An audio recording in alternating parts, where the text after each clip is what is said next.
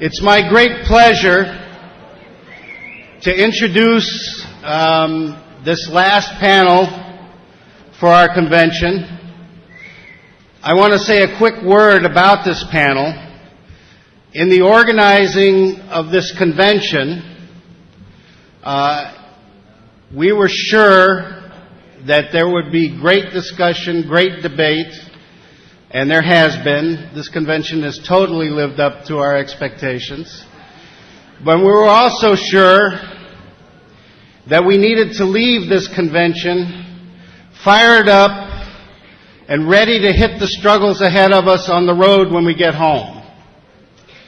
And we want to give people some ammunition, a little fire in the belly, a little agitation, a little facts about things that we really want to move the party into in this next period.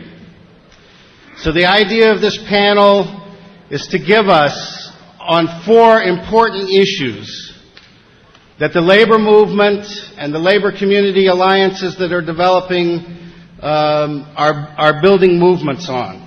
And we want to highlight those movements, and we want to highlight that all of us should be returning to our clubs and districts and figuring out, if they're not already in our work, how to integrate these issues into our work.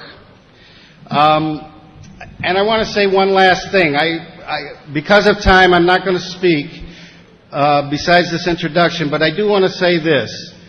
A lot of comrades have raised the question of, how we respond after July and after what happens at the AFL-CIO convention. And of course that's going to take a lot of discussion. We're going to have to see concretely what that situation is. But we also know that the greatest way to fight for unity and to build unity is to bring people together around issues of struggle that everybody agrees on. And these issues have emerged as issues of struggle that everybody in the labor movement agrees on, no matter where they stand on what's going to happen at the convention. And that's another reason we think these are so important. And I also want to let people know that the Labor Commission is going to be going into high gear as soon as this convention's over and figuring out how to get this information out to the party and how to develop our approach and our work in light of whatever happens at the end of July. So I just wanted to make that clear. Okay, I'm going to introduce everybody. Oh, I'm sorry. There's another thing. As everybody knows, we have an incredible time problem. We have to get out of here, and we have to allow sufficient time for the summary, which is, really wraps up our convention and is extremely important to our deliberations. So, we're not going to have time for discussion from the floor on these panel reports. And the presiding committee is very sorry, but the only way to get out in a timely way and to have, people be able to get home on time is going to be to cut that discussion time. So we're just going to have the presentation on the panels. And all the panelists understand our time constraints and are going to stick strictly to the 5 minutes that they've been allotted. So let me introduce the panel. I'll introduce them all right now in the order that they will present, and then we will proceed. Our first panelist is Erica Smiley. Erica, stand up, please. Recognize Erica Smiley.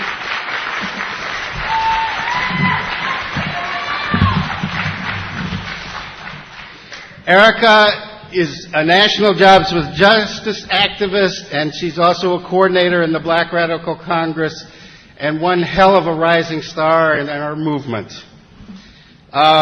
Next is Bruce Bostic. Bruce?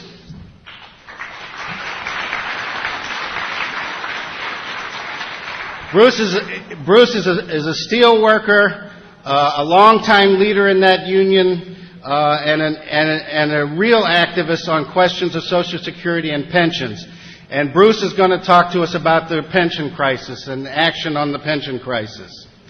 Next is James Thindwa. James?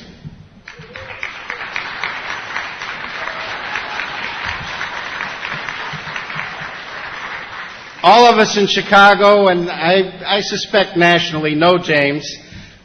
James is the head of Jobs with Justice in Chicago. He's a man with years of community experience and community activity, and also now with labor and jobs with justice. We all love him in Chicago. James is going to talk about the campaign against Walmart. And lastly, Bobbie Wood.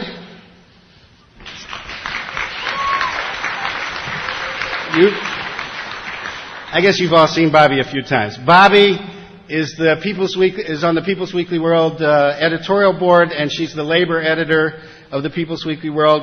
And Bobbie's going to talk to us about the national health care struggle. So without further ado, call on Erica.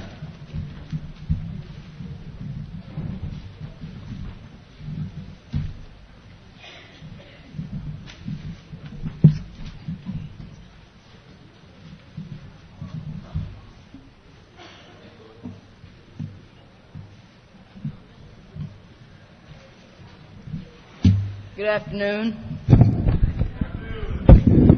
Try to stick to my time limit here so you can catch your flights and whatnot.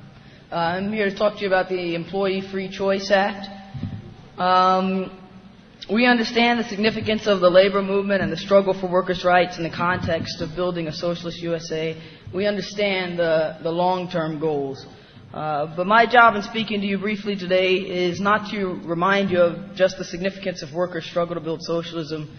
It's to highlight one very specific means to that end that you can move on immediately upon returning home, the Employee Free Choice Act. And this was introduced on April 19th of this year by Congress. The National Labor Relations Act, as many of you know, was passed in 1935 to guarantee workers in the United States the right to organize and collectively bargain for better wages, benefits, and working conditions. Although incredibly weakened over the years and thus often manipulated by anti-union companies, the National Labor Relations Act mandates that workers and their employers bargain in good faith about wages, benefits, and other working conditions once the workers have formed a union. But as stated, the National Labor Relations Act is easily manipulated, forcing workers to wait years to hear the results of their union election and even longer for an actual contract with their employer. A further weakened National Labor Relations Board, the agency responsible for enforcing the Act, has become more and more incapable of implementing these labor laws, let alone punishing employers when they violate them. Thus, the sad state of U.S. labor law is that often benefits the employer over the worker, often discouraging over 41 million workers from attempting to organize a union, even though they desire a union. The Employee Free Choice Act, bipartisan legislation in Congress, will help begin to fix the broken process through which workers form unions. It aids to speed the process that certifies whether a majority of workers at a company want to form a union, to speed the process of negotiating a first union contract, and to increase penalties for employers who violate workers' rights. The Act would strengthen protections for workers' freedom to choose a union by requiring employers to recognize a union after a majority of workers sign cards authorizing union representation. It also would provide for mediation and arbitration of first contract disputes. You can go online. Adam's passing out really quick handouts, really short, and I'm sorry if they're not enough. We can make more later on. You can go online to any of the websites listed on the back of the handout to find out which representatives and senators have already sponsored the legislation, and, of course, contact your elected officials directly to encourage them to support the Employee Free Choice Act.